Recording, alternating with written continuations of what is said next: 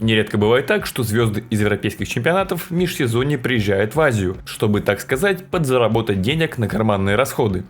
Чаще всего легионеры участвуют в Кубке Эмира, что проходит в Катаре, а также в клубном чемпионате Азии. Клубам разрешено подписывать краткосрочные контракты с игроками, так что официальным трансфером это назвать нельзя. В свое время там успели поиграть Камиль Рыхлицкий, Иван Зайцев, Лиал, Симон и даже Вильфредо Леон во время выступления за казанский «Зенит». Происходит это достаточно давно, но почему-то именно сейчас вас стал волновать данный вопрос. Что стало тому причиной? Наверное, азиатский клубный чемпионат, что с 14 по 20 мая проходил в Тегеране.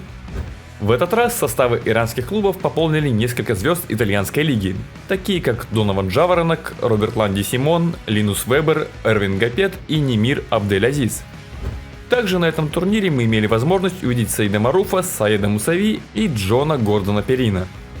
И чаще всего мне прилетал вопрос, а почему Симон, Немир и Гапет уехали в Иран? Чем их Италия не устраивала? На это я ответил чуть раньше. Игроки подписывают краткосрочные контракты, так что на их основной клуб это никак не влияет. Это все так, небольшая подработка на стороне. Было 3 коллектива, которые между собой должны были разыграть медали. Это иранский Шахдаб, который усилили Джон Гордон Перин, Донован Джаворонок и Симон. Это японский Сантори Санбердс во главе с российским легионером Дмитрием Мусерским.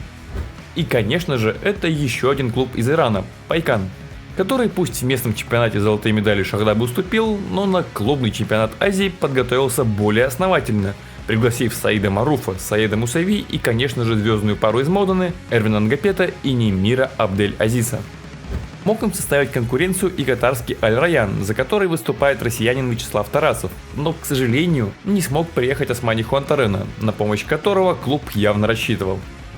Надеюсь, в данной части видео я ответил на ваши вопросы как, зачем и почему звезды из европейских чемпионатов оказались в Иране. Теперь хотелось бы рассказать про формат проведения клубного чемпионата Азии 2022 года.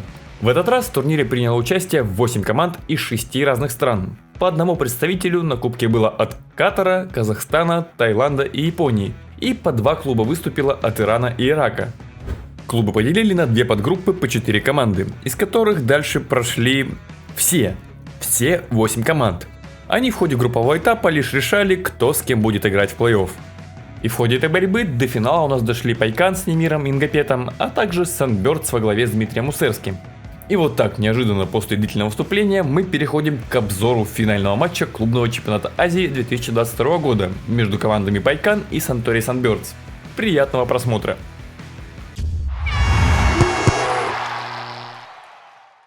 Команды уже успели сыграть по ходу группового этапа, где сильнее оказался клуб из Ирана, одержав победу 1-3. Так что Пайкан явно рассчитывал на повторение успеха, и звездный дуэт обязан был об этом позаботиться. В том матче Дмитрий Мусерский набрал 30 очков, так что было очевидно, на кого в свою очередь японские болельщики возлагали надежды в финале. Несмотря на наличие звездных игроков в составе, в сыгранности иранская команда своему сопернику явно уступала. Безусловно, присутствовал фактор недооценки соперника. Других причин подобных проигранных мячей от Немира я не вижу. А Сантори всем этим охотно пользовалась и укрепляла свое положение на табло. Что и позволило японской команде уверенно забрать себе первый игровой отрезок – 21-25. Очевидно, что так легко для Санбердс все складываться не могло, и хозяева начали наращивать давление. Только Дмитрий Мусерский не уставал напоминать, кто на этом турнире главная звезда.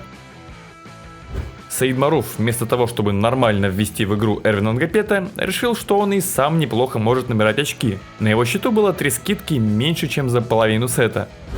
Но это вряд ли было недоверием к французу, скорее это была неуверенность в собственной передаче. Масаки Оя, несмотря на то, что его команда уступала, совсем не боялся использовать все варианты в нападении. Хотя, казалось бы, зачем что-то придумывать, когда у тебя в команде есть Дмитрий Мусерский? Это создавало впечатление, что связующий Сантори полностью спокоен. Только вот этот заступ в концовке говорит об обратном. Но Нгапет с Немиром также не были спокойны, ведь именно их ошибки принесли победу во втором сете клубу из Японии 26-28. Поскольку я смотрел данный матч в повторе, то ничего не мешало мне после второй партии сделать перерыв и попить чайку. Но раз уж я все еще являюсь действующим спортсменом, то обычные сладости к чаю я себе стараюсь не позволять. Ну хорошо, что помощником в этом вопросе выступает Бомбар и их офигенные полезные вкусняшки. Это различные протеиновые печенья, батончики, топпинги, мороженое, чипсы, смеси для приготовления блинчиков. Да черт возьми, у них даже есть низкокалорийные соусы, что позволят вам питаться не только полезно, но и вкусно. Не об этом ли вы мечтали?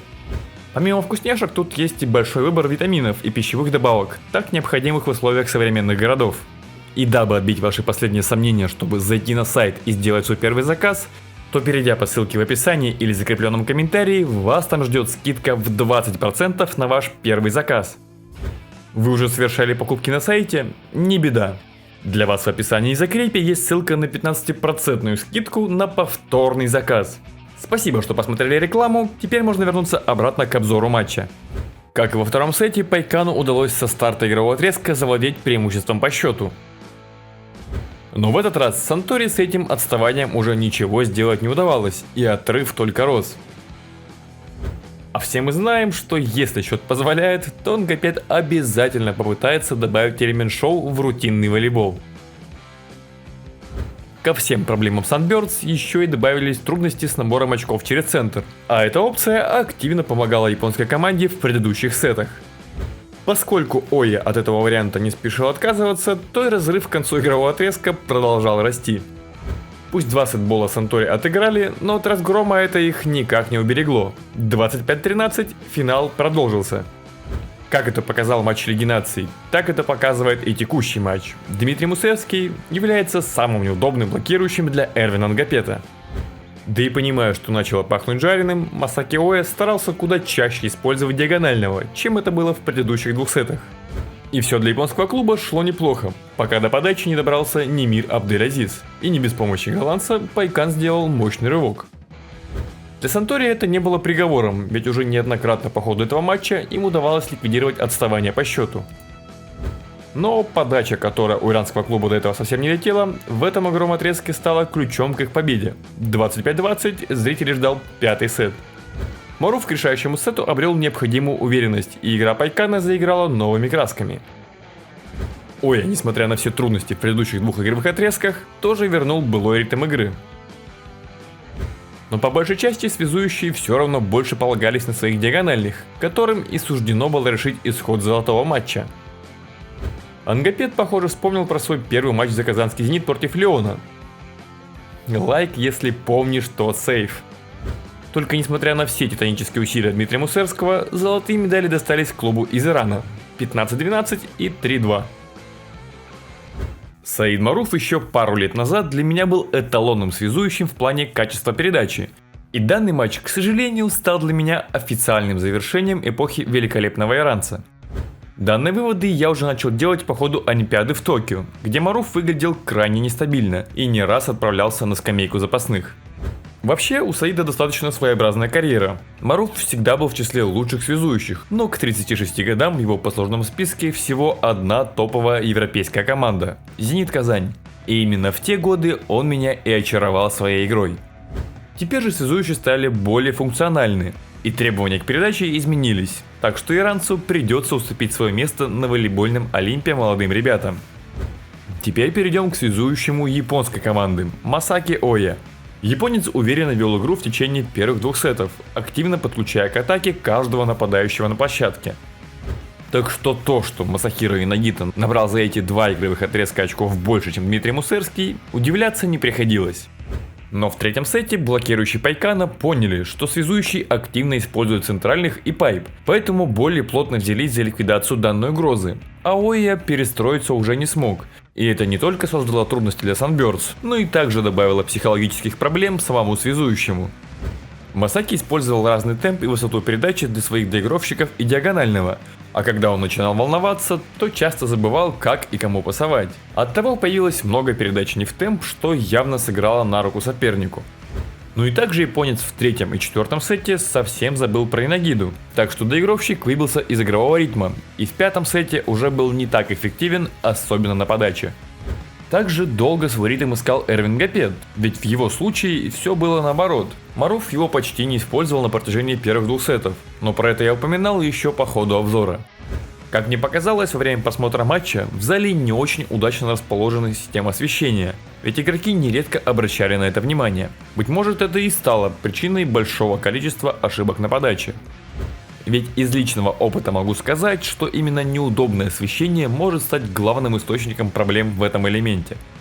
Ну и нельзя не вспомнить про Дмитрия Мусерского, который, несмотря на достаточно медлительный темп игры и передачи, за счет своих выдающихся физических возможностей может быть крайне эффективным.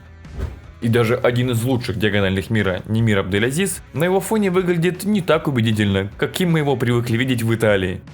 Очень бы хотелось вновь посмотреть на Дмитрия в топовом чемпионате, но, к сожалению, вряд ли это когда-то произойдет. Самым результативным игроком финала стал Дмитрий Мусерский, набравший 30 очков. Статистика остальных игроков по традиции находится на ваших экранах.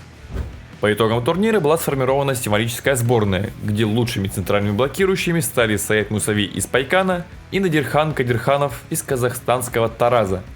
Лучшими доигровщиками признали Масахира Янагиду и Эрвина Гапета. Лучшим либеро стал Мохаммед Реза Маазен из Шахдаба. Дмитрий Мусерский получил не только награду как лучший диагональный турнира, но и также он стал самым результативным игроком всего чемпионата. А Саид Маруф, помимо звания лучшего связующего турнира, удостоился еще и приза MVP. Надеюсь, данный обзор вам понравился и вы оцените его лайком. Несмотря на то, что от YouTube уже который месяц ничего не получаю и в будущем получать вряд ли буду, то работать приходится на былом энтузиазме, которого стало чуть меньше, чем раньше, но пока он еще не иссяк. Так что ваша активность под видео может помочь мне этот настрой не терять. Если вдруг захотите и финансово поддержать мои начинания, то реквизиты я оставлю в описании. Буду рад любой помощи. Ну а с вами, как обычно, был Николай Иванов. Любите то, что вы делаете, и все у вас обязательно получится. Скоро увидимся. Пока!